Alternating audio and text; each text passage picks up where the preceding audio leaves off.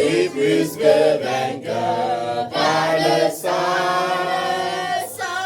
de Jésus, mon sauveur. Je suis fort, fort, oui, plus que vainqueur par le sang de Jésus, mon sauveur. Au commencement était la parole, elle était avec Dieu, elle était Dieu. Au commencement était la parole, elle était avec Dieu, elle était Dieu. Elle est vraiment vraie, Jésus. La parole est vraie, la parole est vraie, la parole est vraie. Jésus, ta parole est vraie, ta parole est vraie, ta parole est vraie. Amen. Que le Saint-Esprit prenne la première place parmi nous ce matin. Que le sang de Jésus-Christ nous rachète de nos péchés et de nos iniquités, afin que nous demeurons les fils et les filles du royaume, dignes et irréprochables pour la gloire de Dieu, au nom tout-puissant de Jésus. Ce matin, nous allons recevoir quelque chose de nouveau par la grâce de Dieu. Et nous étions en train d'identifier le véritable ennemi de notre destinée, le véritable ennemi qui empêche de voir la gloire de Dieu, le véritable ennemi qui empêche de vivre la croissance spirituelle, le véritable ennemi qui empêche la manifestation du miracle dans ta vie. Amen. Avant d'entrer profondément dans cet enseignement ce matin, j'aimerais que nous comprenions la genèse de notre vie avec Jésus-Christ. Quand nous naissons, le premier jour même que nous naissons du ventre de notre mère, nous sommes créatures ou création de Dieu. Amen. Et à cette phase de la créature ou de la création, nous héritons de l'image déchue de Dieu. Pourquoi? Parce que Adam, le premier homme, qui était fait à l'image et à la ressemblance de Dieu, ayant péché et ayant laissé le péché et la mort se manifester, l'image réelle de Dieu a été déformée en lui. C'est pourquoi on parle de l'image déchue. Et comme il est l'ancêtre de toute la création, toute création qui naît est du premier Adam et est de la nature pécheresse. Amen. Le même jour que nous donnons notre vie au Seigneur Jésus-Christ, la parole nous introduit par la foi dans la nouvelle naissance. Et automatiquement, nous devenons enfants de Dieu. Enfants de Dieu. Cependant, plusieurs enfants de Dieu se connectent et se concentrent sur ce que Dieu a appelé la grâce ou l'évangile de la grâce, au point d'oublier l'essentiel. L'essentiel, nous le comprenons lorsque nous lisons Romains chapitre 8. La Bible dit: car tous ceux qui ont reçu l'Esprit de Dieu sont fils de Dieu. Celui qui n'a pas l'Esprit de Dieu ne l'appartient pas. Ce qui caractérise que tu as reçu l'Esprit de Dieu, c'est ton amour pour Dieu, c'est ton zèle pour Dieu, c'est ton zèle à rechercher le caractère de Christ de façon permanente. Amen. Ce n'est pas le parler en langue, parce que la preuve, plusieurs parlent en langue dans l'église, mais sont possédés. Est-ce que vous savez que lorsqu'on est dans la présence de Dieu, une grâce peut être contagieuse. Et quand le don de l'esprit, le don du parler en langue descend, les gens se mettent à parler en langue, à se torturer, mais après tu regardes sa vie, tu vois que rien n'a changé. Pourquoi? Parce qu'il a encore le statut d'enfant. Un enfant est celui-là qui prend le lait spirituel. Lorsque tu lui présentes la nourriture spirituelle solide, parce qu'il n'a pas l'esprit, ça peut le détruire. Amen. Donc lorsque nous naissons de nouveau par la foi, il y a un parcours pour devenir fils ou fille du royaume. Lorsqu'on est enfant, on peut être adopté. C'est pourquoi de temps en temps, tu te trouves adopté par le père du mensonge. Tu te retrouves adopté par l'ennemi de ta grâce qui est Satan lui-même. C'est pourquoi parfois tu te trouves en train de manifester les œuvres des ténèbres alors que tu es enfant de la lumière. Quand on est enfant, on peut être adopté. Mais quand on est fils, on est légitime. Amen. Quand on est fils, on est légitime. Qu'est-ce qu'il faut faire pour devenir fils? Il faut lutter contre l'ennemi, le plus terrible ennemi de l'âme, le plus terrible ennemi de la grâce, le plus terrible ennemi de la présence de Dieu. Malheureusement, l'évangile africain, je vais dire ceci de cette façon, que les enfants de Dieu qui ne vont pas supporter cette sagesse et langage n'interprètent pas mal. L'évangile africain des Africains est trop centré sur la sorcellerie. Et c'est une perte de temps inutile. Une grosse perte de temps inutile. Parce que cet évangile vous fait avoir peur. Alors que la peur tue la foi. La peur prouve que tu n'appartiens même pas à Dieu. La peur prouve que tu n'as même pas confiance en Dieu. Amen. Comment peux-tu avoir peur de quelqu'un en confessant en même temps que celui qui est en toi l'a vaincu? Le même jour que tu dis, Seigneur Jésus, je t'appartiens, tu as le pouvoir de chasser les démons. À ceux qui l'ont reçu, comme dit Marc chapitre 16, Jean chapitre 1, à ceux qui ont cru en son nom, la parole a donné le pouvoir de devenir enfant de Dieu. Et lorsque tu es enfant de Dieu, ça veut dire que tu as reçu Jésus. En Marc chapitre 16, la Bible te dit que tu as reçu le pouvoir par ce Jésus que tu as reçu de chasser les démons.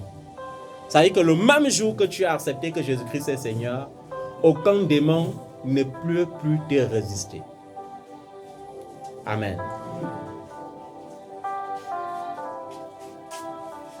Le monde, le système du monde, c'est-à-dire la sorcellerie, comme nous l'appelons ainsi, les loges sataniques, comme nous pouvons l'appeler, sont les choses du monde. Et toi, tu confesses de ta bouche, celui qui est en moi est plus fort que celui qui est dans le monde, mais tu as peur de celui qui en toi a vaincu. Tu vois, les enfants de Dieu ne savent pas ce qu'ils veulent. Et tout ça pourquoi? Parce que les gens sont calés au stade du lait. Ils n'ont pas expérimenté la vraie croissance spirituelle. Et je vais te dire une chose. Tu n'auras pas la victoire parce que tu as un père spirituel puissant. Tu n'auras pas la victoire parce que tu as un père spirituel trop dévoué à Dieu. Tu auras la victoire parce que tu auras cultivé en toi l'attitude de communier avec Dieu. L'attitude d'avoir l'intimité avec Dieu. Même si ton père est le plus grand prophète de tous les siècles, sache que il ne peut pas tout dire et Dieu ne peut pas passer par ton père pour tout te dire. Il y a des choses que Dieu veut te dire à toi directement parce qu'il a fait de toi son fils par le sacrifice de son fils à la croix. Maintenant, si tu veux toi attendre que ton père vienne te dire, tu vas mourir, tu vas souffrir. Amen. Je vais vous dire une chose, Dieu ne nous a pas destinés à la misère ou à la souffrance. Ne t'attends pas à vivre pieusement en Christ sur cette terre et ne pas avoir de persécutions. Ne t'attends pas à chercher Jésus-Christ dans la vérité et ne pas être tourmenté même par ceux qui sont dans l'église. Et ne pas être tourmenté et jugé même par les hommes de Dieu. Mais le plus important n'est pas ces jugements. Le plus important n'est pas ces tourments. Le plus important, c'est ta détermination à devenir ce que Dieu a dit que tu seras. C'est ça le plus important. Je serai ce que Dieu a dit que je serai. Je suis ce que Dieu a dit que je suis. Malgré les tribulations de Paul, Paul a dit, je suis ce que je suis par la grâce de Dieu. Amen. Et c'est ça la détermination. Restez focus sur l'objectif. Et il y a deux objectifs. Soit je décide de misérer toute ma vie sur cette terre avant d'entrer au ciel, soit je décide de vivre comme un roi sur cette terre avant d'entrer au ciel. Dans la Bible, on a vu les gens qui ont vécu comme des rois sur la terre. Amen. J'ai deux options. Soit je deviens mendiant à peu près comme Lazare le mendiant, et après ça, j'irai au ciel, mais avec beaucoup de douleurs, parce qu'une chose est sûre, lorsque tu occupes la position de l'être frustré, même les maladies que tu n'attendais pas t'atteignent. Ça attaque ta peau, ça attaque ta chevelure, ça attaque tout à la fois. Tu as la chevelure blanche précocement, tu as les rides précocement, tu as les boutons sur le corps parce qu'une forme de stress peut occasionner les boutons sur le corps. Ton rythme cardiaque ne sera plus jamais normal quand tu choisis la position d'être frustré. Pourtant, par Christ en toi, tu peux surmonter toutes les frustrations. Tu peux régner sur ceux qui cherchent à te frustrer. Sur cette terre, je vais te dire une chose. Lorsque les gens n'ont rien, ils sont humbles. Lorsque les gens ne sont pas encore bénis, ils peuvent faire beaucoup de promesses. Mais une fois bénis, s'ils n'ont pas le caractère de Christ, le caractère ancien naît en eux et commence à gouverner en eux. C'est pourquoi vous allez voir beaucoup de personnes qui sont devenues imbues d'eux-mêmes.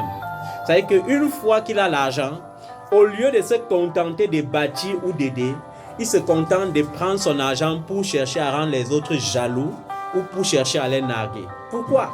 Parce qu'il n'a pas la semence de Dieu en lui. Il n'a pas la nature de Dieu. Ce n'est pas sa faute. C'est-à-dire qu'à un moment donné, l'argent n'est plus son serviteur, l'argent devient son maître et l'argent lui dit, vois les autres qui n'ont pas encore l'argent comme la boue. Et ce qui est écœurant, c'est que certains font ça seulement au stade des millionnaires. Ça veut dire que Dieu lui donne 20 millions dans son compte bancaire et lorsqu'il voit 20 millions, il ne se souvient pas que 20 millions de francs CFA n'est pas 20 millions d'euros. Il commence à vouloir vivre au train de vie de celui qui a 20 millions d'euros. Il commence à vouloir piétiner les potentiels milliardaires qui sont encore dans la souffrance auprès de lui. Et une fois, ça peut prendre 5 ans, ça peut prendre même 10 ans, mais Dieu finit par t'introduire là où il devrait t'introduire. Et une fois que Dieu t'introduit dans la grâce des milliardaires, il devient frustré alors qu'il te frustre. Vous voyez, en somme, que Satan, que vous passez le temps à insulter même, à gronder. Le démon n'a pas besoin que tu grondes, que tu cries contre lui.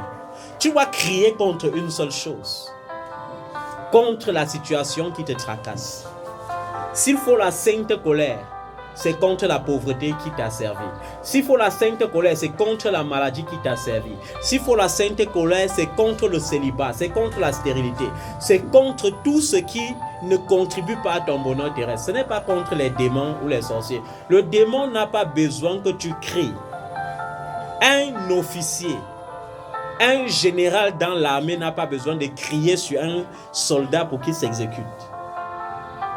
Dès que le général passe, le soldat est d'abord déjà au garde-boue. C'est la même chose qui se passe lorsque tu passes au milieu des ténèbres.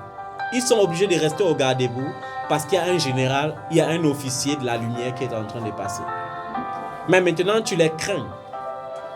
C'est pourquoi ta vie n'est plus normale. Tu combats le mauvais combat.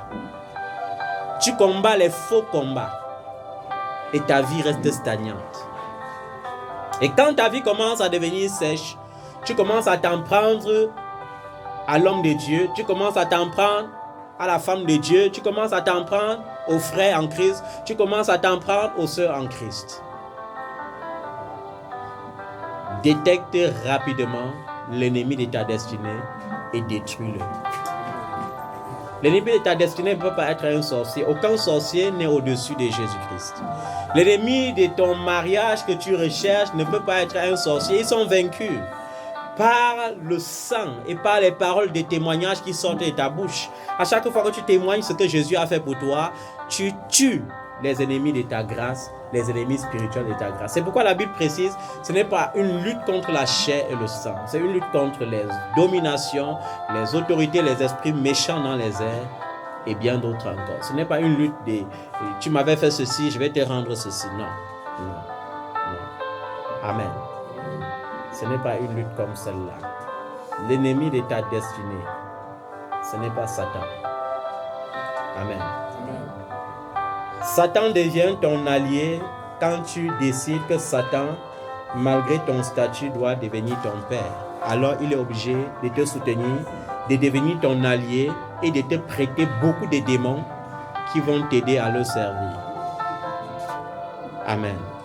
Quand tu prends sur toi de servir l'Éternel, l'Éternel te donne l'esprit de force et de puissance pour t'aider à le servir. Et quand tu prends la résolution de dandiner à gauche et à droite, Satan aussi te récupère et il met en toi l'onction. L'onction le plus efficace de Satan, c'est un démon. Ensuite, quand il voit que le démon t'a asservi, pour mieux t'asservir, il introduit un esprit impur pour associer la force au démon et te maintenir dans ta situation. Et après, tu te lèves, tu fais les faux combats. Sors des faux combats. Sors des faux combats. Tu devrais lutter pour devenir fils ou fille du royaume. Parce qu'une fois que tu es fils ou fille du royaume, Dieu te marque des sanctions. Il y a la différence entre être rempli du Saint-Esprit et être revêtu de la puissance de Dieu. Lorsque tu es revêtu de la puissance de Dieu, ça veut dire que tu es revêtu du surnaturel. Par conséquent, les démons se méfient de toi. Lorsqu'on les envoie en mission contre toi, ils se méfient. Ils sont obligés de chercher des milliers et des milliers de soldats pour s'allier avant de venir parce que ce n'est pas facile d'aller vers quelqu'un qui est revêtu. Et tu ne peux pas être revêtu sans être passé par le désert de la tentation. C'est impossible. Jésus, une fois baptisé des eaux, a été rempli du Saint-Esprit. Et le Saint-Esprit l'a conduit dans le désert pour qu'il soit tenté. Une fois après avoir tenté et être servi par les anges, la Bible dit, il fut revêtu de la puissance du Très-Haut. Et à partir de ce moment, il était prêt maintenant pour sa mission. C'est pourquoi le miracle pouvait couler de lui, comme le Dieu désire que le miracle coule de toi. Et je veux que tu comprennes une chose. Le rôle de ton père spirituel est un rôle coordonnateur. Le rôle de ton père spirituel, c'est un rôle intercesseur. Ce n'est pas un rôle qui remplace Dieu dans ta vie ou le Saint-Esprit dans ta vie. Et j'insiste là-dessus. Ceux qui appellent le père spirituel aux moindres choses sont des gens qui n'ont rien compris la notion du royaume des cieux. Ce sont des gens qui n'ont pas la foi. Ce sont des gens, des adeptes des marabouts. C'est pourquoi Dieu ne peut pas les bénir. Parce que Dieu ne peut pas donner la nourriture des enfants aux chiens. Amen. Celui qui a la foi ne tremble pas. Celui qui a la foi saisit la parole et ne regarde et ne compte pas les jours. Il ne compte pas les jours. Si Dieu a dit que quelque chose va se produire pour toi en août, nous sommes aujourd'hui le 8 août, mais tu trembles déjà. Nous sommes le 7, mais tu trembles déjà. Parce que nous sommes déjà le 7. C'est que tu n'es pas qualifié pour la grâce. Août a 31 jours. Et chaque mois qui a 30 ou 31 jours, tu as deux options. Soit je reçois un seul miracle, soit je ne reçois rien. Soit je reçois 30 miracles, soit je ne reçois rien. Ça dépend de toi. Ça ne dépend pas de ton père spirituel. Ça ne dépend pas de Dieu. Ça dépend de ta vie de prière. Ça dépend de ton intensité de prière. Il y a des gens qui ne prient pas. Je ris. Ils chantent beaucoup les chansons des autres. Pourquoi? Parce que le Saint-Esprit ne trouve pas une semence en eux pour déclencher les louanges. David chantait une louange nouvelle. Chaque fois que Dieu faisait les exploits dans sa vie, il n'était pas obligé de chanter les chansons d'Asaph. Il y avait des chanteurs en Israël. Dans le temple, il y avait des gens que leur rôle c'était seulement les chantes. C'est-à-dire que l'Esprit de Dieu les inspirait et ils chantaient des cantiques et on écrivait dans le livre des souvenirs. Mais David, chaque situation, quand il était en fuite dans le désert, il chantait chaque fois qu'il rencontrait une difficulté ou une solution. Ça devenait une chanson. Mais toi, qu'est-ce que tu chantes? Tu as déjà chanté quoi parce que Dieu t'a fait quelque chose d'extraordinaire? Tu as déjà chanté quoi parce que quelque chose t'a troublé et que tu recherches la paix? Mais tu chantes la chanson des autres et tu le fais même à grand bruit. Tu chantes la chanson des autres qui est leur prière plus que tu ne pries. Une chose est sûre, si je te fais répéter les prières chaque fois, ça veut dire que tu répètes ma prière avant de prier pour toi. Dieu a besoin de ta prière. Et une prière pure ne peut pas sortir d'un cœur troublé, connecté au monde, connecté aux pensées du monde, connecté aux convoitises de ce siècle. C'est impossible. Une prière puise ses racines dans la méditation de la parole de Dieu, dans la connaissance du véritable. Et c'est ça que Dieu attend de toi depuis. Dieu n'attend pas de toi que chaque jour tu sois sur Internet ou sur les chaînes de télévision pour zapper et chercher le grand prophète chez qui tu vas aller s'aimer pour récolter un miracle. Non. Dieu n'attend pas de toi cela. Non. Dieu n'attend pas de toi cela. Dieu attend de toi que tu sois qualifié par la grâce. Que tu sois qualifié par ta détermination. Que tu sois qualifié par ta foi. Par ta détermination à le chercher et à le trouver. Car il dit, celui qui me cherche me trouvera. Amen. Celui qui me cherche me trouvera. Est-ce que tu cherches Dieu? Est-ce que tu cherches Dieu ou bien est-ce que tu attends toujours les hommes? Tu cherches Dieu ou bien tu cherches les hommes de Dieu? Tu cherches Dieu ou bien les hommes de Dieu? C'est cette question que tu devrais te poser chaque fois. Je cherche l'approbation de Dieu ou bien l'approbation des hommes? Dans ma famille, il est arrivé à un moment donné où dans ma famille, selon la chair, on a dit qu'il ne sait rien faire d'autre que l'église. Et à cela, j'avais répondu et je continue de répondre que l'église qui est Jésus-Christ est au-dessus de tout ce qui m'appartient, au-dessus de ma vie, au-dessus de mes biens, au-dessus de ma femme, de mes enfants, au-dessus de mes enfants qui sont nés de ma chair, et au-dessus de mes enfants qui sont nés dans la foi. Je n'ai rien d'autre que ça. Jésus est mon héritage. Et si tu ne veux pas répondre ainsi, tu seras frustré. Parce qu'ils vont venir te dire, je suis déjà à tel niveau. Au point d'oublier même que c'est le fruit de ta prière qui les accompagne. Ils vont venir te dire, voilà, je réalise il y a telle chose. Je réalise il y a telle chose. Mais il faut que tu surmontes les frustrations.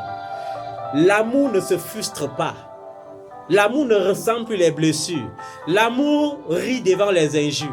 L'amour répond par les paroles de grâce face aux paroles attacatoires, face aux paroles de détraction. L'amour répond par beaucoup d'affection. Mais si tu veux tomber dans le piège et répondre selon le système du monde, tu vas passer toute ta vie étant frustré. Tu as deux possibilités. Soit vivre à peu près comme un mendiant. Je dis à peu près parce que l'histoire de Lazare ne sera jamais ton histoire. Et ensuite tu vas au ciel. Ou à peu près vivre comme un roi qui vit dans des grandes richesses tous les jours, à l'image de Salomon. Et quand il dit à peu près, c'est parce que Dieu avait dit qu'il ne bénira plus jamais quelqu'un, ni dans les générations passées, ni dans les générations présentes, ni dans les générations futures, comme Salomon. Mais il est possible de manger autant que Salomon mangeait. À un moment donné, j'ai regardé la quantité de nourriture qu'on préparait dans le palais de Salomon. Et j'ai dit, mais Seigneur, j'ai regardé la quantité de vin qu'on buvait par jour, pas par mois. Et j'ai vu que même le budget annuel de certains n'atteint pas ça. J'ai dit, le budget annuel d'une famille n'atteint pas le budget journalier du repas royal qu'on mangeait à la table du roi Salomon chaque jour, durant toute sa vie. Pourquoi? Parce que Dieu nous laisse la possibilité. Dieu a créé le ciel et la terre, mais il a dit dominez sur la terre et assujettissez-la. Dieu a créé la terre, il nous a donné l'image de Dieu pour créer les maisons, pour créer les voitures, pour créer le luxe que nous désirons tant. Personne ne viendra créer un monde beau pour toi. Dieu t'a donné le pouvoir de créer un monde beau pour toi. Et si tu veux seulement t'accrocher sur les hommes, souviens-toi que les hommes meurent. Souviens-toi que les hommes trahissent. Souviens-toi que les hommes se découragent. Un homme peut décider de t'aider. Et un beau matin, pour un moindre rien, il décide de te mépriser et de t'abandonner. Il n'y a que Jésus qui n'abandonne pas. Même lorsque tu fais ce qui est mal, il est tout prêt à te relever. Amen. Vaincre l'ennemi de ton âme. Vaincre l'ennemi de ton miracle signifie tout simplement vaincre le vieil homme. Pour accéder au stade de fils, il faut vaincre le vieil homme. Le vieil homme, c'est ta nature originelle. Cette nature revêtue par la convoitise charnelle. Cette nature revêtue par les pensées impures, par les mauvais désirs, par l'impureté, par l'impudicité, par la dissolution, par la ruse, par les vices, par les manipulations diverses. C'est ça. Il y a même certains hommes de Dieu qui, depuis 20 ans de service, n'ont pas encore réussi à dompter leur vieil homme.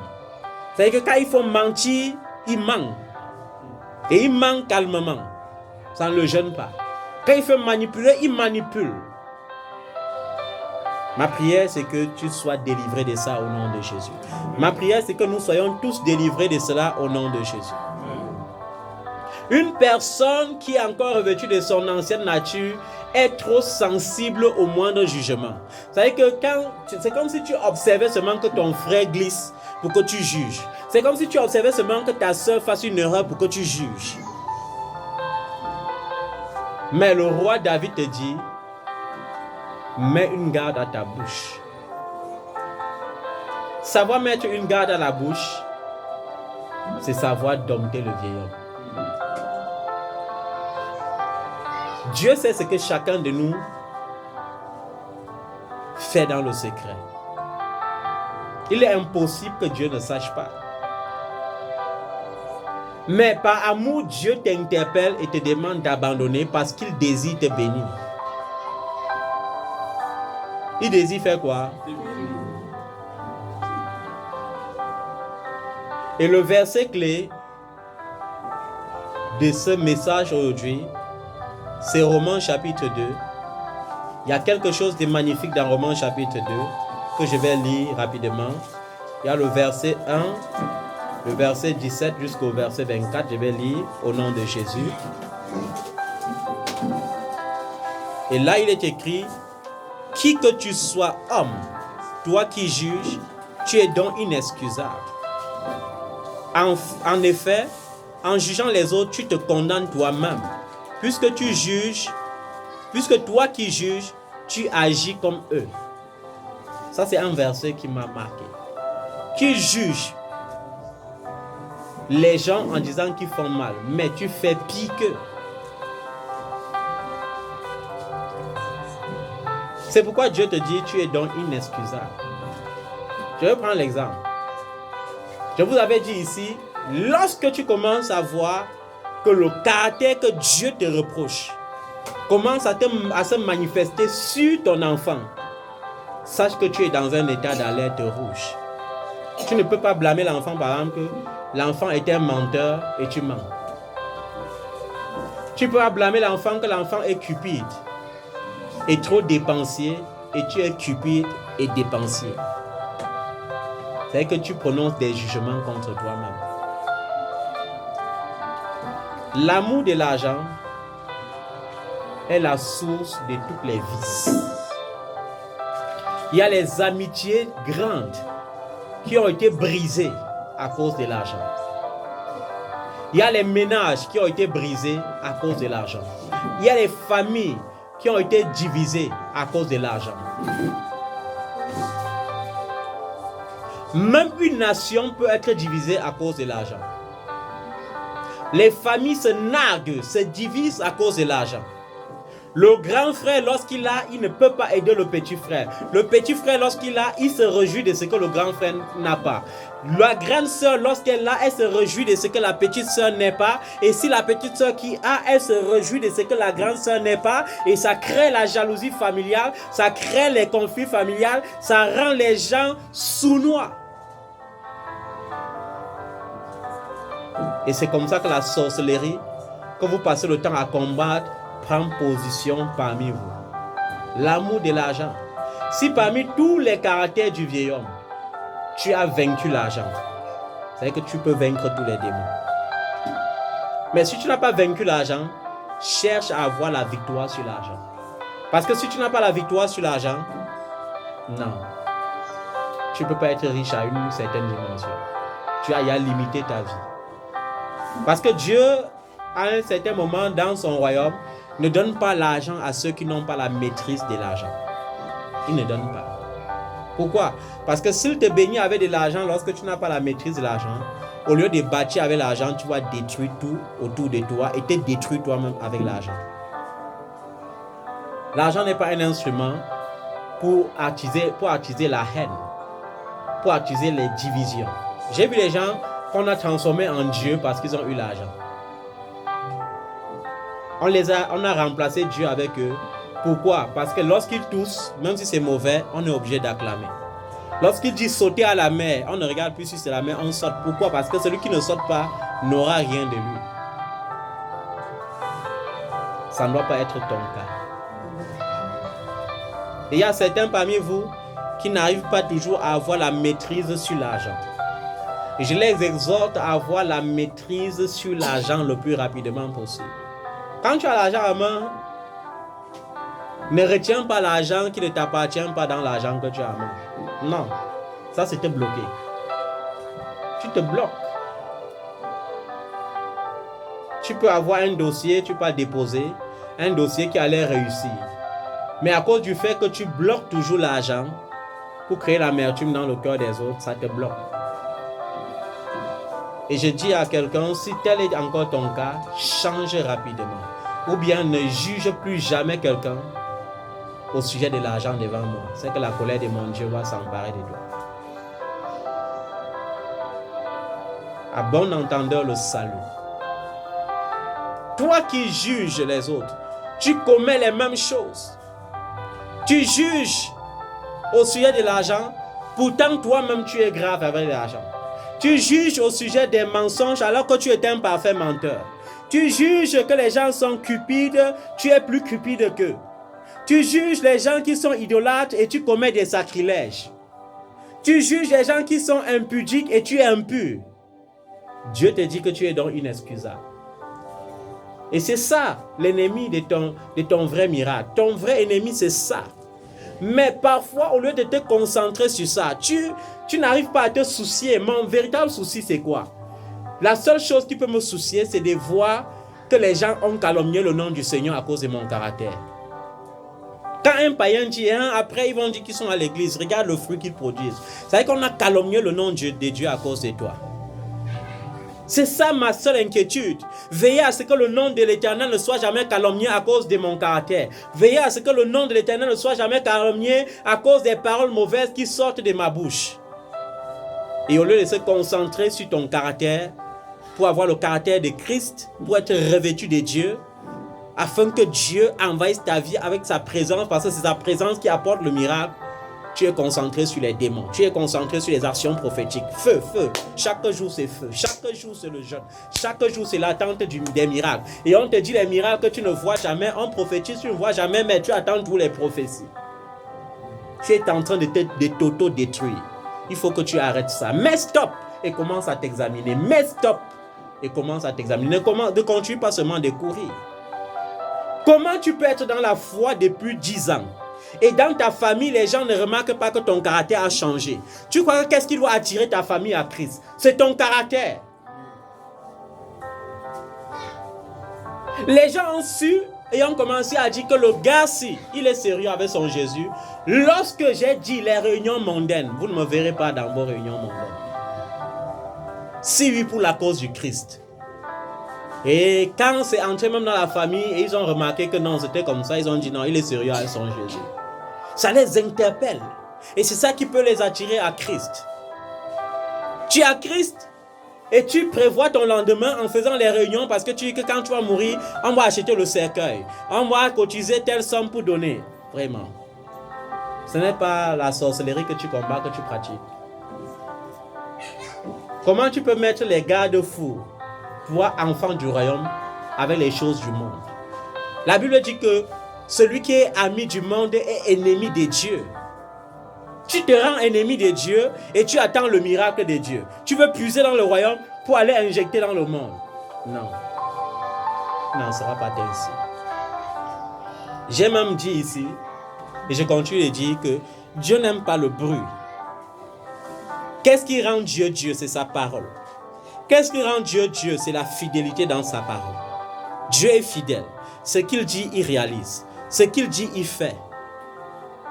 Mais toi, tu veux imiter Dieu alors que ce que tu dis, tu ne peux pas faire exactement au jour où tu dois faire. Mais ça veut dire que tu es en retard. Tu es en retard. C'est pour ça que je vous ai dit, je prends l'exemple sur une de votre soeurs. Je n'aime pas citer pour que sa gloire ne diminue pas devant Dieu.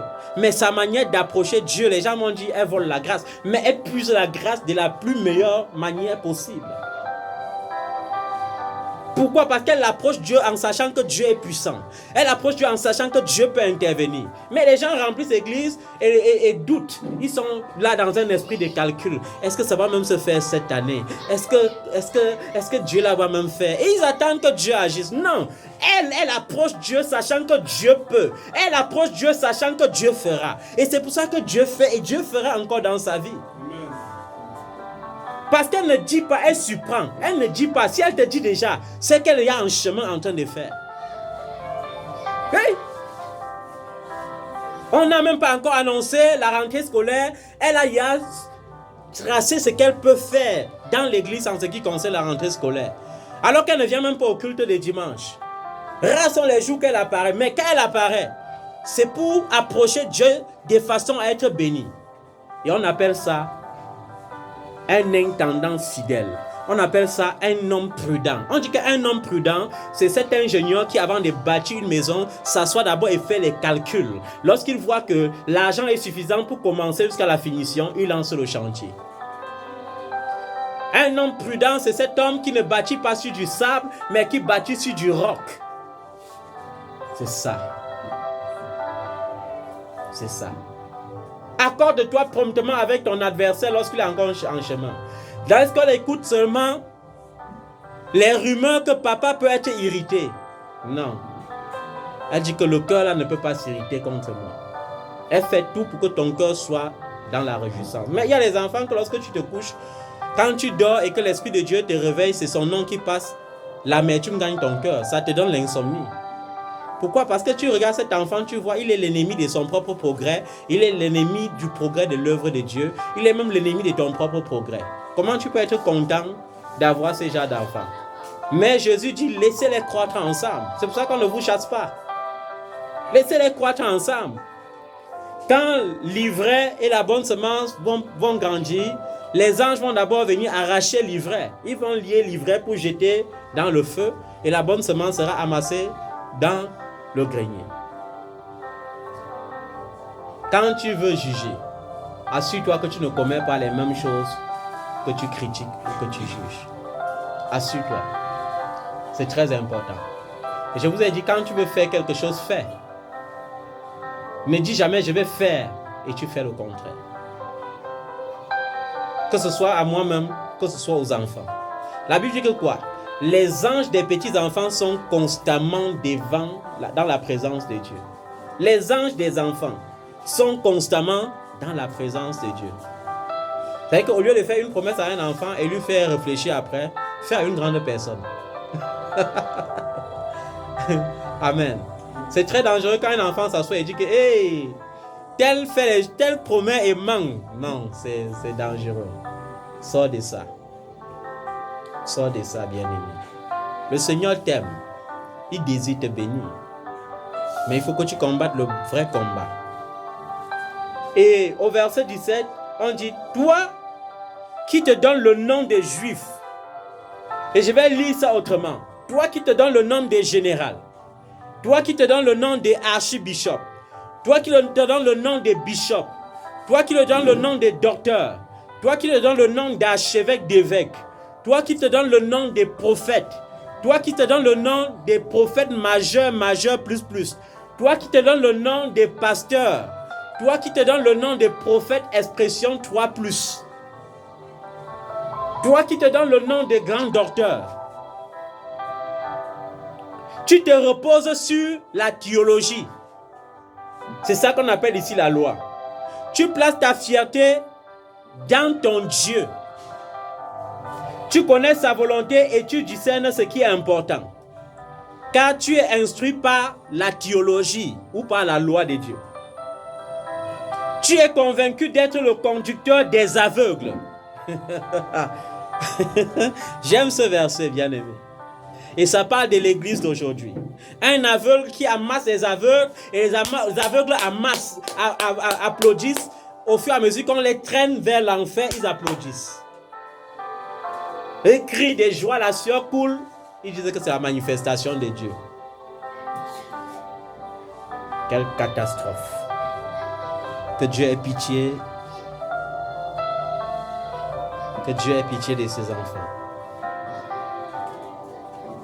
Tu es convaincu d'être le conducteur des aveugles, la lumière de ceux qui sont dans les ténèbres, l'éducateur des ignorants, le maître des enfants parce que tu possèdes dans la loi ou dans la théologie l'expression de la connaissance et de la vérité. Toi donc qui enseignes les autres, tu ne t'enseignes pas toi-même. Ce n'est pas parce que tu es homme de Dieu que tu ne dois plus t'enseigner toi-même. À un moment donné même, il faut suspendre tous les enseignements. Il faut suspendre toutes les publications et aller à l'écart pour recevoir l'instruction de Dieu. Et aller à l'écart pour dire Saint-Esprit, enseigne-moi. Et aller à l'écart pour dire homme de Dieu, enseignez-moi. Et aller à l'écart pour dire servant de Dieu, enseignez-moi. Mais il y a des gens qui ont déjà cru même qu'ils sont déjà au ciel depuis, ils sont encore sur la terre. Au point qu'ils pensent que leur rôle c'est seulement d'enseigner. Mais ils oublient une chose. Ceux qui enseignent seront jugés plus que ceux qui écoutent.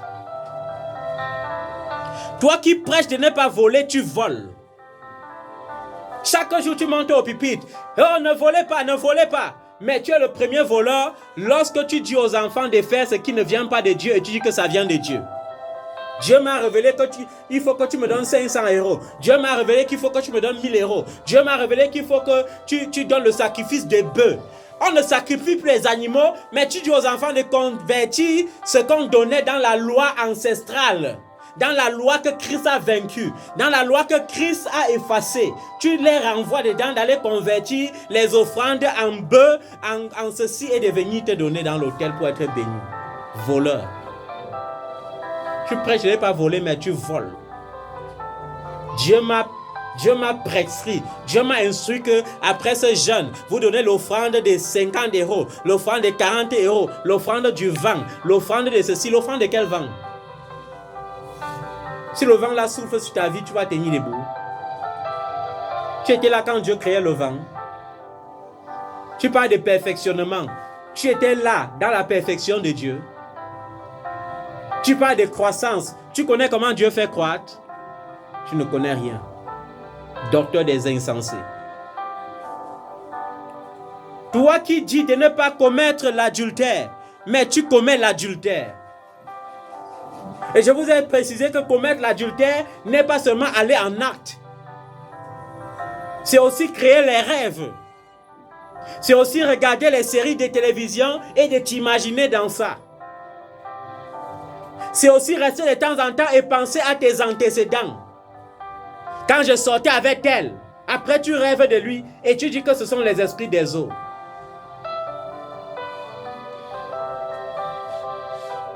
Tu prêches de ne pas commettre les adultères, mais tu commets l'adultère.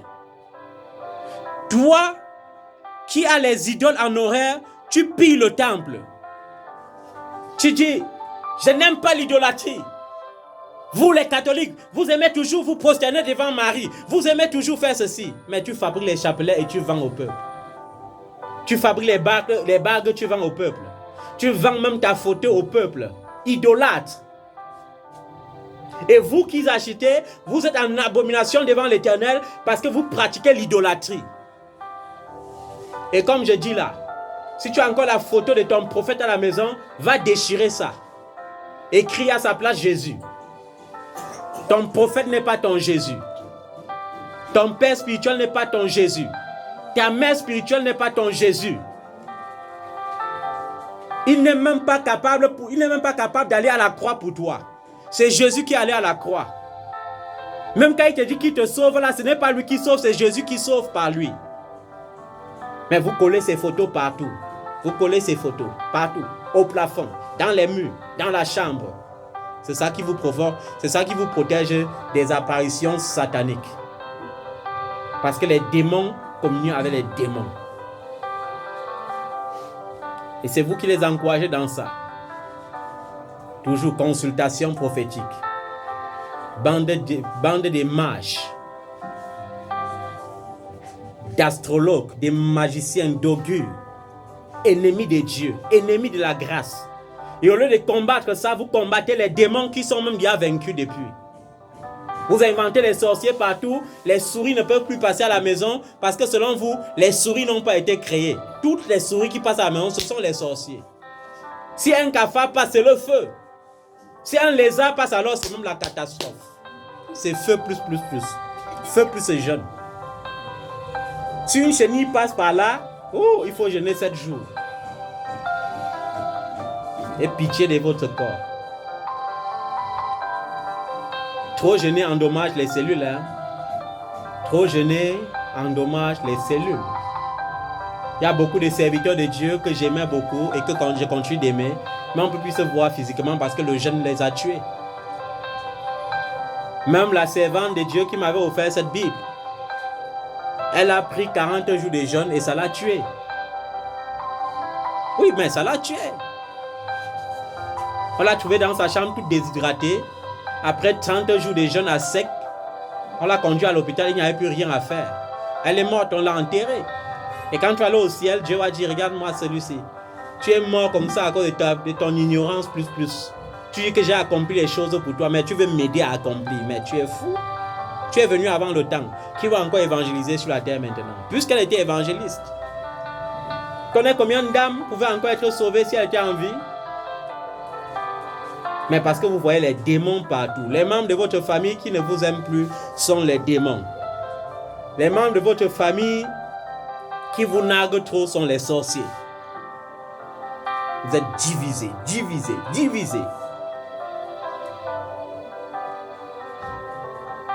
Vous faites comme l'église des Galates. Paul était obligé un jour de dire, vous couriez bien. Mais qui vous empêche maintenant encore de courir vers la vérité? Parce que les enfants qui ne comprennent même pas qui ils sont toujours en train de courir trop. Après, ils s'époumonnent. Après, ils courent encore. Après, ils retombent à la base 0. Au lieu de te concentrer sur le démon, concentre-toi sur le cœur, sur ce cœur que tu as, qui refuse de pardonner. Le refus de pardon, c'est la meilleure des sorcelleries. C'est la plus grande des sorcelleries. C'est le plus grand blocage. La Bible dit que tu dois pardonner ton frère au moins 7 fois par jour. Si 7 fois par jour ton frère pêche contre toi et il revient vers toi, il dit que ouais, s'il te plaît, je suis désolé, pardonne-moi. La Bible t'ordonne de le pardonner. Mais tu n'arrives pas à pardonner les gens, mais tu es contre les démons. Vous êtes du même camp et vous combattez comment? Comment tu peux combattre tes amis? Tu peux combattre tes amis, c'est pourquoi depuis tu les envoies le feu, ils rient. Tu les envoies le feu, ils te giflent encore. Tu les envoies le feu, ils viennent, ils font comme les soldats qui avaient mis le voile sur la tête de Jésus et qui cognaient et disaient que devine, n'est-ce pas, tu es le fils de Dieu, dis qui a cogné ta tête. Parce que tu les invites. Ils disent, notre ami là aime le jeu, hein. Bouton lui avait telle maladie. Après tu dis, j'envoie le feu, on te déchire la bouche. Envoie le feu, on verse les boutons sur ton corps. Parce que tu es en train de jouer avec tes amis. Et tu crois que tu les combats. Quand ils vont découvrir la sainteté en toi, ils vont s'éloigner.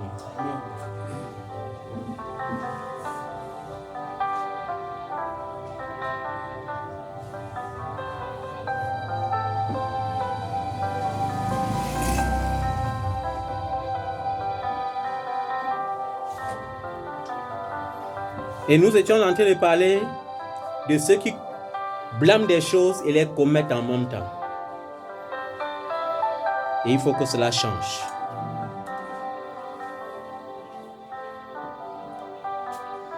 Toi qui as les idoles en horreur, tu pilles le temple.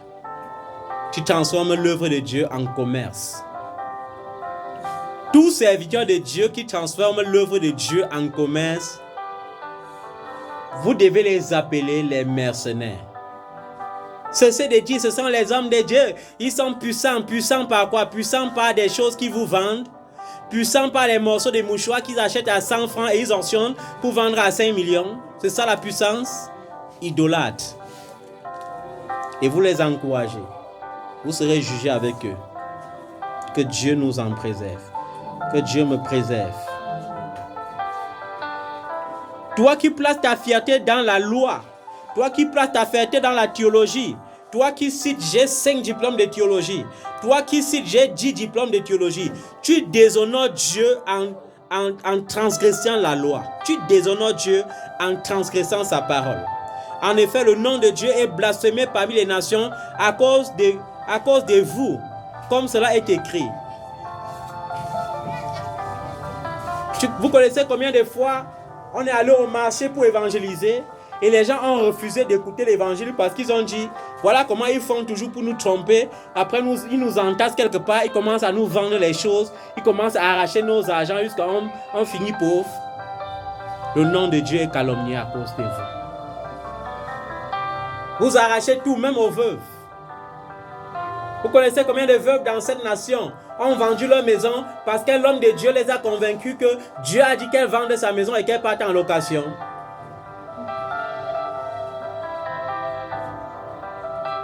Dieu m'a dit que tu donnes ta voiture, tu me donnes ta voiture et tu commences à prendre le taxi. Parce que la voiture ici là, ce n'est que moi qui peux rouler dedans. C'est envoûté. Si tu marches là, dans ça va. Le nom de Dieu est calomnié à cause de vous.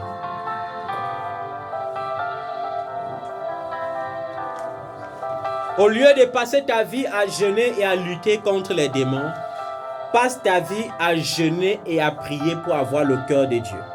Lorsque tu as le cœur de Dieu, la présence de Dieu envahit ta vie et Dieu te bénit jusqu'à 1000 générations après toi.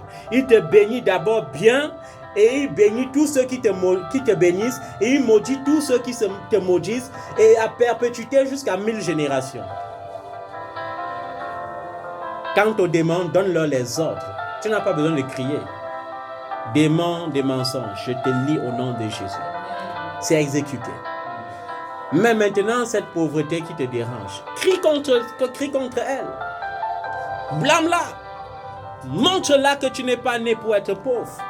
Cette limitation qui mine ta vie, qui mine la vie de tes enfants, lève-toi contre ça. C'est de ça. C'est avec ça. C'est de cette manière que Jésus demande de combattre. Combattre le bon combat. Et tu es là, tu as entassé les sorciers. Tu as une liste qui ne finit même jamais. Et ce qui est dramatique, c'est que tu combats les mêmes sorciers chaque année et tu n'as jamais la victoire sur eux. Les mêmes sorciers que tu combattais depuis 2010, nous sommes en 2022, tu continues de les combattre. Beaucoup de courage. Tu te décourages par combat. Vous détestez l'évangile de la vérité. Quand c'est l'évangile qui va vous mentir, que vous allez être béni demain, vous sautez de joie, vous dites Amen. Même si demain vous n'êtes pas béni, vous appelez encore pour chercher un autre prophète qui va venir encore vous dire qu'il y aura le succès demain. Cherchez premièrement le royaume des cieux et sa justice. Cherchez le cœur de Dieu et la victoire sur le péché. L'apôtre Paul nous parle du vieil homme dans plusieurs récits, ainsi que Pierre et les autres apôtres. Dans Colossiens chapitre 3, versets 9 à 10, on dit « Ne mentez pas les uns aux autres ». Toi qui mens toujours là. Tu t'assois, tu calcules, tu prends le téléphone, tu mens, tu inventes. On dit ne fais pas, tu fais. Après tu mens. Mais la Bible te dit ne mentez pas les uns aux autres, vous étant dépouillés du vieil homme, de l'ancien caractère et de ses œuvres, ayant revêtu l'homme nouveau, qui se renouvelle dans la connaissance selon l'image de celui qui l'a créé. Qui a créé l'homme nouveau? Jésus. La connaissance c'est quoi? La parole. Et pour que cela se renouvelle, il faut que tu sois connecté à la parole. Je vais vous dire une chose. Il y a beaucoup d'enfants de Dieu que lorsqu'ils sont à moins de 2 minutes pour être bénis, ils se déconnectent. J'ai rencontré beaucoup d'enfants comme ça. L'inquiétude vient créer la déconnexion. La réflexion vient créer la déconnexion. Les mauvaises pensées viennent créer la déconnexion. Est-ce que ce que papa a dit là-bas encore se réaliser vient créer la déconnexion? Et après tu dis que la prophétie n'était pas sortie, que la prophétie était fausse. Non, parfois c'est la déconnexion. Restez connecté au cep. Il faut rester connecté au cep. En Éphésiens 4, verset 22, on dit « Eu égard à votre vie passée ». Quelle est ta vie passée avant que tu connaisses Jésus? À chaque fois que dans ta vie en Jésus, tu te trouves en train de commettre les dégâts que tu commettais dans le passé, sache que tu es en alerte rouge. Tu es en alerte rouge. Tu partais en boîte, après quelqu'un t'invite, tu te retrouves encore dans les tourbillons des feux qui tournent comme ça, où ils se font comment pour supporter ça. Sache que tu es en alerte rouge. Tu partais encore dans les circuits, tu partais dans les bars. Waouh! Courage, courage. Tu as beaucoup de combats à mener. Mais combat le bon combat. Les gens refusent de se repentir, mais ils partent lutter contre les démons. Qui t'a dit qu'un porteur de péché, lorsque tu es porteur de péché, lorsque tu vis dans le péché, ton père n'est pas Dieu. Et tu peux combattre ton camp comment? C'est pourquoi quand tu parles, les gars te giflent comme celui-ci est ignorant comment. Quand on te gifle, c'est pour que tu te réveilles. C'est pourquoi tu dis que ouais, j'étais en train de combattre mes amis. Et que si tu décides réellement d'être leur ennemi, que tu cales dans ta lumière, ne viens plus de temps en temps dans les ténèbres les visiter.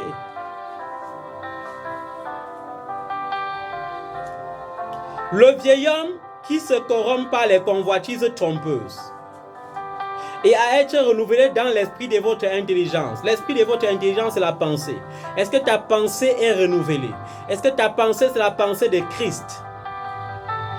Combien de fois manifestes-tu l'amour au lieu de la colère? Moindre chose, tu es en colère. Moindre chose, tu es en colère. Moindre chose, tu es en colère. Moindre chose, tu es en colère.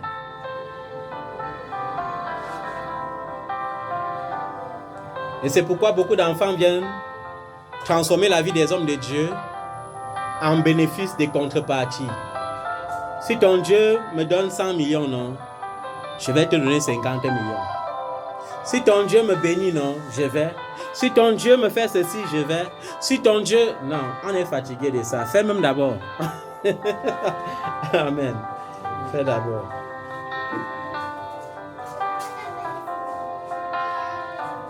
Dieu veut que tu marches dans la sainteté qui produit la vérité.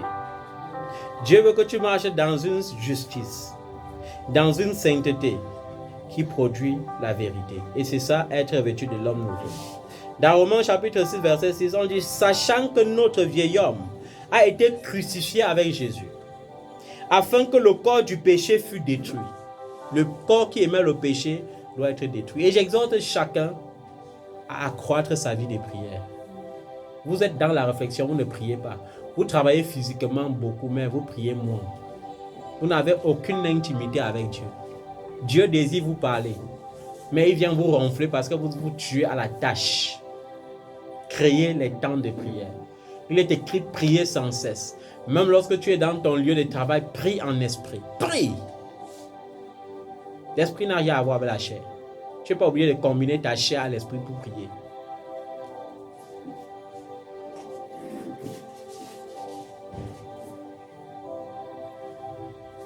Afin que nous ne soyons plus esclaves du péché. Quand le corps du péché est crucifié, c'est pour que tu ne sois plus esclave du péché. Vous allez méditer Galates chapitre 5, du verset 16 au verset 18 à la maison. Vous allez méditer Galates chapitre 5, le verset 25 à la maison. Et quand vous allez lire Galates chapitre 5, vous allez voir les œuvres de la chair. C'est tellement nombreux.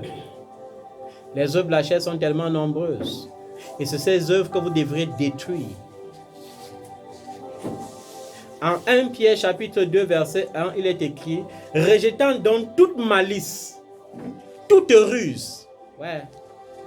Les enfants qui ont encore la malice dans le cœur, là, je vous supplie, abandonnez sa vie. Dieu ne peut pas vous bénir quand il y a la malice dans votre cœur. Dieu ne peut pas vous bénir quand il y a la ruse dans votre cœur. Rejetant donc toute malice et toute ruse, la dissimulation. Soyez des êtres clairvoyants et non des êtres dissimulés. L'envie et toutes sortes de médisance. La médisance. Souviens-toi que chaque fois que tu parles de quelqu'un en bien quand il n'est pas là, ce n'est pas la médisance. Mais chaque fois que tu parles de quelqu'un en mal quand il n'est pas là, c'est la médisance. Et Dieu te demande d'abandonner ça. Si tu veux ouvrir ta bouche et parler de ton frère ou de ta soeur, si ce n'est pas en bien, ferme ta bouche. Si c'est en mal, ça veut dire que tu es en train de médire de ton frère ou de ta soeur. À bon entendeur, le salut. On ne peut pas avoir le temps de tout lire. Parce que Jésus n'enseignait pas seulement. Jésus enseignait, mais il délivrait. Jésus enseignait, mais il guérissait les malades. Et c'est important de prier. Je bénis cet homme de Dieu qui, depuis un certain temps, dans les réseaux sociaux, parle de l'importance de la prière. De l'importance d'une vie de prière. On n'a pas dit que la prière, c'est suivre les prières. Suis souvent les prières, mais prie. Oh Seigneur Jésus. C'est quelle forme d'ignorance que les enfants ont comme ça? Ils n'arrivent même plus à dormir. Toute prière qui est programmée par les horloges humaines sont des prières de la religion. Ça n'a rien à voir avec l'Esprit de Dieu. Même toi, si tu mets le réveil pour te réveiller et prier, ça veut dire que tu punis ton corps. Ça veut dire que tu n'as aucune communion avec le Saint-Esprit. Un homme qui prie n'a pas besoin de réveil. Le Saint-Esprit te réveille. Vous croyez que parfois, quand les gens ont les problèmes, même le temps au Cameroun, à une certaine heure de la nuit, ça se passe comment pour que je sois là pour intervenir? Je suis dans le sommeil, mais l'Esprit de Dieu me dit, homme de Dieu, souviens-toi de qui tu es, lève-toi et sers.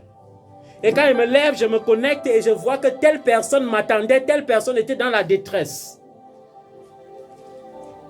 Il y a les jours que je reçois la parole que je dois partager à 20h.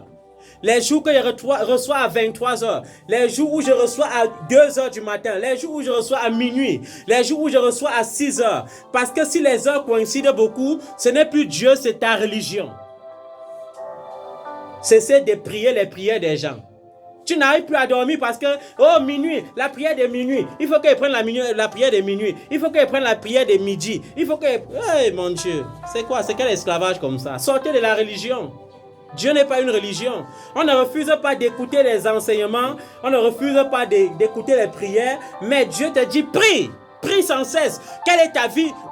Tu as l'importance de ta vie de communion avec Dieu. Il y a une importance capitale dans ta vie d'intimité avec ton Dieu. Et tu passes le temps à écouter. Et si le démon se manifeste en toi une seule fois, ça veut dire que l'homme de Dieu là est trop puissant. Erreur. Même quand un démon sort de toi, la Bible dit qu'il ne s'en va pas définitivement comme ça. Un démon ne lâche pas prise comme tu crois. Même Satan ne lâche pas prise comme tu crois. C'est pourquoi on dit, il rôde. Il fait comment? Il rôde. Amen. On dit qu'il rôde.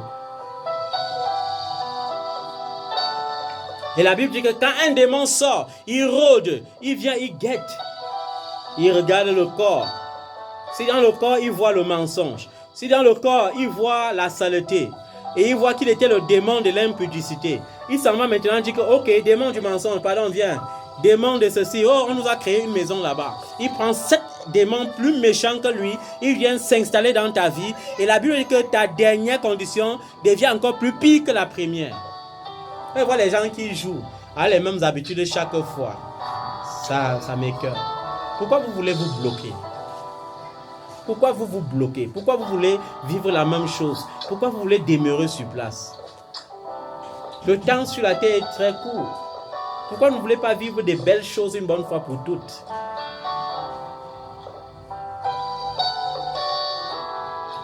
Que le Seigneur nous aide à cultiver l'esprit des prières.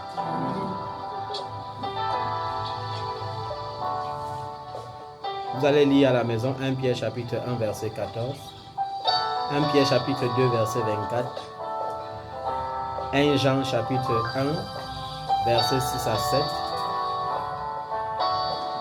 Hébreux chapitre 5 verset 14, 1 Timothée chapitre 4 verset 7, 2 Pierre 1 verset 5 à 9, Romains 6 verset 3, Romains 8, verset 12 à 13. Galates chapitre 3, verset 27. Tite chapitre 2, verset 12 à 13. Et vous savez, il y a une version des chrétiens qui m'amuse de nos jours. Cette version des chrétiens sont les chrétiens qui reçoivent. Ils ne savent pas que chaque enseignement qu'on envoie est inspiré.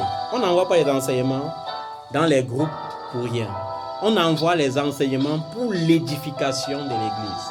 Ça peut te parler à toi comme ça peut parler à plusieurs personnes. Mais il y a les enfants que ça arrive, ils répondent seulement Amen. Ils n'ont pas lu, mais ils sont les champions en Amen. Dès qu'un message arrive, Amen, ils n'ont rien lu, mais ils ont dit Amen. C'est pourquoi leur vie ne peut pas être transformée. Parce que c'est en méditant la parole de Dieu que ton caractère peut être transformé. Ton caractère n'est pas transformé parce que tu te contentes de dire Amen, Amen, Amen, Amen. Un jour, on va écrire, tu vas mourir tout à l'heure, tu vas dire Amen. Vraiment. Vraiment, les enfants m'amusent avec les Amen. Les champions en Amen sans lecture. Toujours en train de dire Amen, Amen, Amen. Or, la Bible te dit qu'il faut même éprouver les esprits. Tu sais que c'est par quel esprit qu'on t'a envoyé l'enseignement. Tu as dit Amen. Tu seras malade dans 2 jours. Amen. On a écrit, hein? Mais comme tu n'as pas le temps de lire, tu as mis Amen. Ton père va mourir la semaine prochaine. Amen. Si Ézéchias disait Amen à tout, il mourrait. Quand le prophète Isaïe est entré dans la chambre d'Ézéchias, Ézéchias a dit, bon, prophète de l'Éternel, comme j'étais convoqué, c'est parce que l'ulcère me dérange depuis et ça ne finit pas. Bon, j'étais invité pour que tu consultes l'Éternel pour moi. Dois-je m'en sortir avec cette maladie ou vais-je mourir? Il a dit, ainsi par l'Éternel, tu vas mourir de cette maladie. Ézéchias n'a pas dit Amen. Ézéchias n'a même plus regardé le prophète. La Bible dit qu'il a jeté le regard plutôt ailleurs. C'était une façon de dire que non, je repousse ça. Et le prophète lui-même, sachant que bon, sa parole est rejetée, la Bible qui sortait, il est sorti de la chambre. Mais l'attitude d'Ézéchias a touché le cœur de Dieu. Parce qu'Ézéchias a mentionné un nom qui réveillait le souvenir de l'amour de Dieu. Il a dit, Dieu, souviens-toi, je ne suis même pas comme David, mais souviens-toi que je m'efforce de marcher sur les traces de David, ton serviteur. Et le prophète n'avait même pas encore atteint la grande cour du palais. Dieu lui a encore dit que non, rentre encore voir le type là, tu dis que j'ai augmenté 15 années au jour de sa vie. Il est rentré, il a dit. Et non seulement Dieu l'a guéri, mais Dieu l'a encore béni. Quand Dieu te guérit, lui-même, il te bénit encore. Mais ne fais pas l'erreur que Ézéchias avait fait. Quand Dieu a béni Ézéchias, Ézéchias a invité les autres rois pour se vanter. C'est la même chose que nous faisons. Quand tu souffres, tu souffres. Quand tu viens dans les réseaux sociaux, tu mets les appareils photo, tu mets les filtres. Tu sais que même le plus laid peut devenir très beau dans les réseaux sociaux de nos jours. Parce que les make-up que vous mettez sur votre face, on a aussi mis le make-up artificiel dans les... Vous appelez ça quoi? Hein? Les Snapchat et quoi? Il y a beaucoup de noms. Vous mettez là, les fleurs scintillent partout, votre face brille, les boutons on ne voit plus. Vous devenez la plus belle, le plus beau. Et vous venez vous vanter, hein, mais le cœur est en train de pleurer. Oui. J'ai remarqué dans les réseaux sociaux, chacun peut régner quand il veut. Parce que dans les réseaux sociaux, les bêtises sont plus acclamées que ce qui peut construire. C'est plus acclamé. Tellement acclamé que même il y a une race de personnes qui, étant intellectuelles et même non intellectuelles, sont dans une folie commune. Et on les a baptisés les influenceurs. Comment penses-tu que tu peux influencer les gens en étant homosexuel? Même la science dit que 2 corps de la même nature se repoussent. Toi, un PD qui passe autant à coucher avec les hommes, tu viens dire que tu influences et on acclame les 100 millions de vues. Et puis quoi? Où est ton âme? Une lesbienne vient dire qu'elle vient influencer. Tu veux influencer quoi dans le monde? L'influence est soit négative, soit positive. Mais j'ai remarqué que les influences négatives sont plus acclamées dans le monde. Parce que nous sommes dans le monde. C'est-à-dire, lorsqu'une femme vient bien vêtue, elle n'est pas une influenceuse. Quand une femme vient faire découvrir sa nudité, voilà une influenceuse. Quand une femme vient... Oh là là là là, j'ai souvent pitié des actrices. Hein. Les gens sont là, le célibat les a menacés. Au lieu qu'ils partent vers Jésus, disent que le célibat là me dépasse. Hein. Ils sont déjà mariés 30 fois, avec 30 hommes différents dans les films. Dans leur vie, ils ne sont pas mariés. Vraiment, les gens sont dans un système d'esclavage terrestre que je ne comprends pas. Après, quand tu vas mourir, tu vas aller au ciel, on va dire que quoi? Que tu étais influenceur. Tu influençais qui? Tu influençais qui? Que Dieu nous délivre de cette attitude. Que Dieu nous délivre du vieil homme. Que Dieu nous délivre de la force de notre chair. Tu vas te mettre sur tes pieds. Tu vas te mettre sur tes pieds. Tu vas te mettre sur tes pieds. Nous allons prier pour détruire les œuvres de la chair. Dis avec moi, Seigneur Jésus. Seigneur Jésus, Dépouille-moi ce matin. dépouille-moi ce matin. Saint-Esprit, Saint-Esprit, dépouille-moi ce matin dépouille-moi ce matin. de la chair et de la convoitise de la chair. Chair et la convoitise de la chair. Revêt-moi de l'homme nouveau. Revêt-moi de l'homme nouveau. Revêt-moi de l'homme de la justice et de la vérité. Revêt-moi de l'homme de la justice et de la Revêt-moi de l'homme de la sainteté. Revêt-moi de l'homme de la sainteté. Détruis en moi la semence de la ruse, Détruis en moi la semence de la la semence de la dissimulation, la semence de la de la cupidité, cupidité, de l'impureté, des vices, du mensonge, de la magie, de l'idolâtrie, de l'augure, de la magie, de l'astrologie. Seigneur Jésus, Seigneur Jésus, dompte ma chair, dompte ma chair, dompte ma chair, dompte ma chair, dompte ma chair, dompte ma chair, que je sois l'argile que je sois là, et que tu sois le potier. que je sois le potier. Rends-moi docile Rends-moi docile, et fais de moi un être soumis au Saint-Esprit. fais-de-moi un être soumis au Saint-Esprit. Rends mes pensées captives à l'obéissance de Dieu. Rends mes pensées captives à l'obéissance. Au nom de Jésus. Au nom de Jésus. Seigneur Jésus, Seigneur Jésus, débarrasse-moi débarrasse-moi de toute tunique souillée. de toute tunique souillée. Débarrasse-moi de tout ce qui te déshonore. Débarrasse-moi de tout ce qui empêche à ta présence de se manifester. Déconnecte-moi de toute mauvaise influence. Déconnecte-moi de tout homme qui est un frein pour l'avancement du royaume. Déconnecte-moi de toute femme qui est une distraction. De toute relation, Seigneur, qui constitue le frein à l'avancement vers ma destinée. Seigneur, dépouille-moi et revêt-moi de toi. Dépouille-moi de moi et revêt-moi de toi. Que je sois l'argile et que tu sois le potier.